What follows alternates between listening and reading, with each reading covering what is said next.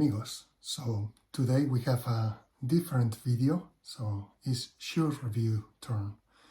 And we have with us the Adidas Terrex 2 Ultra Parley. But when they stop and stare, I can say that I care, 'cause I know I'm the luckiest boy.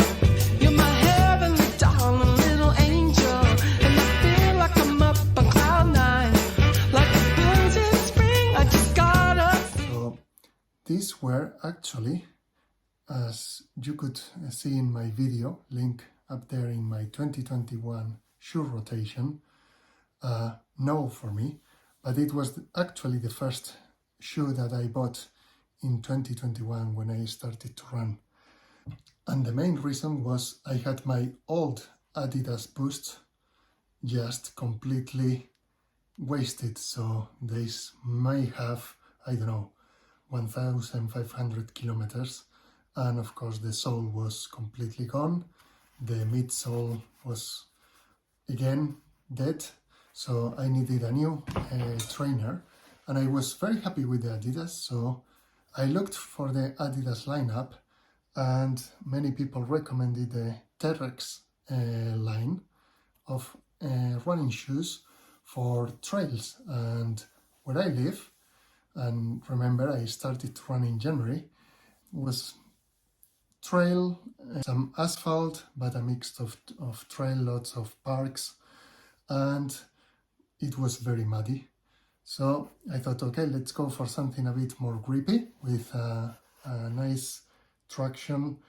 And after reading many reviews, I thought, okay, let's continue, let's keep with Adidas. I'm happy with it, more than the Mizuno that maybe you could see over there. And yeah, didn't work really for me, but I've been using them. And today we have a 700 kilometer review. So of course I started to run, and at the beginning was fairly happy, but my level of fitness meant that my initial runs were less than 3 kilometers. And the problem with this shoe is when you start to run over 1 hour, really the midsole is not really cushioned. This shoe is 22 millimeters stack high with an 8 millimeter drop, so only 14 millimeters on the front. So it doesn't provide you much cushion for the long run. So under an hour, fine. I've had a look in Strava. For my longest run on this shoe was 18.4 kilometers and 1 hour 46 minutes.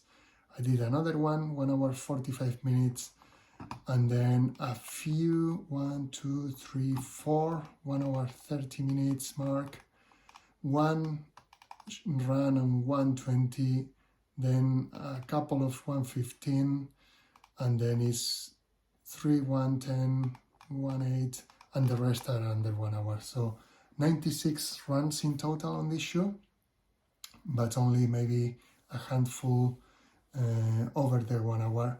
And this is where I would say the cushion doesn't really provide enough support. At least for me, I'm a heavy runner, so maybe lighter runners are okay with this cushion level.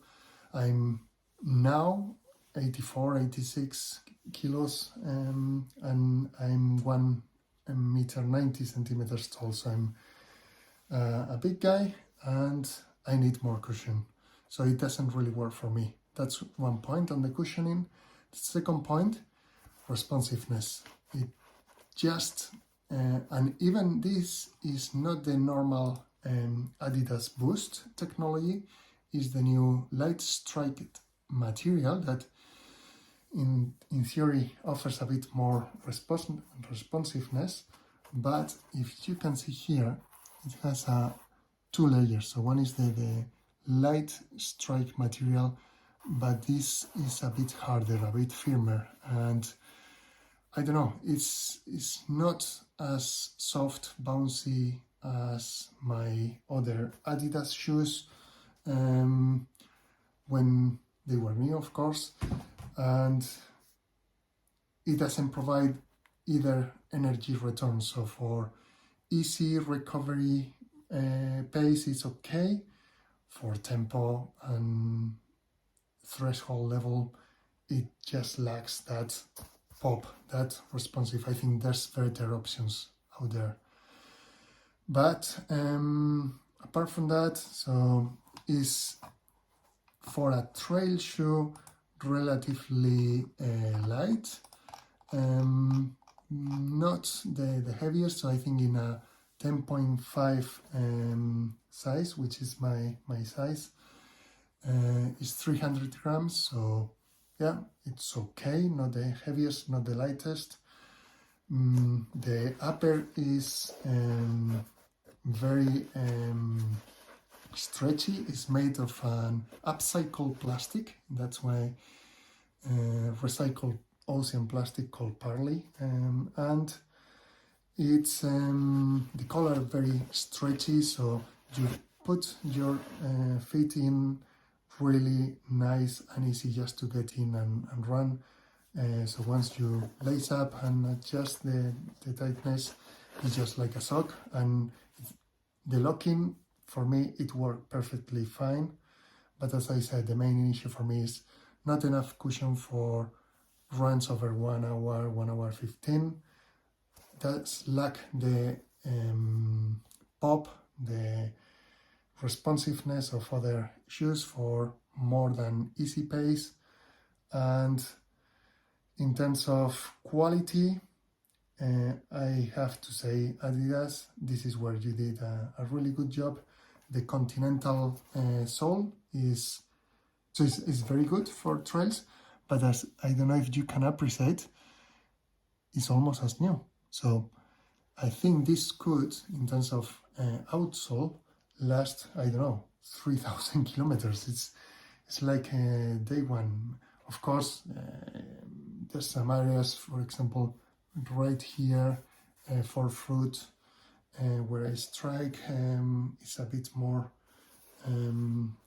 wasted, and just on this area, but this is where I think pronate a bit. So always all my running shoes on this side of the heel, on the inside, are always a bit more eroded. But apart from that, of course, lots of dirt and mud, but no tears.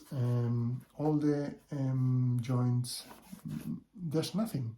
It's really good. 700 kilometers. I will continue maybe until 800, maybe even more, but only for recovery short runs when I need, because there's ice, it's muddy trails, and I need a lot of traction, and always when there's runs under 1 hour, maybe 45 minutes, 35 minutes recovery jog, I can still utilize this, but not more than that. So yeah, that's my verdict. I will not buy another one of these. It's done its job. It got me through winter. It got me through those rainy days where the trails are completely flooded, where there's a lot of mud, and when there's been snow or ice, it's completely fine, traction, but lacks of responsiveness, lacks of cushion for longer run means that the utilization, now that I have a more variety in my training, is lacking. And yeah, that's it for me. Let me know in the comments if you have other opinions, and also please write down recommendations for daily trainers. I need to replace this one soon, so yeah, maybe I'll stretch to the 800 mark, but already 701 kilometer, so soon I'll need to buy new shoes. So open to recommendations from my runner community. So let me know, and I hope you guys like this video. Click subscribe if you haven't done so. I'll keep posting videos on other shoe reviews, other running material reviews, as well as my weekly recap on my training, how it's going. This is it from me today. Have a good one and see you on the next one.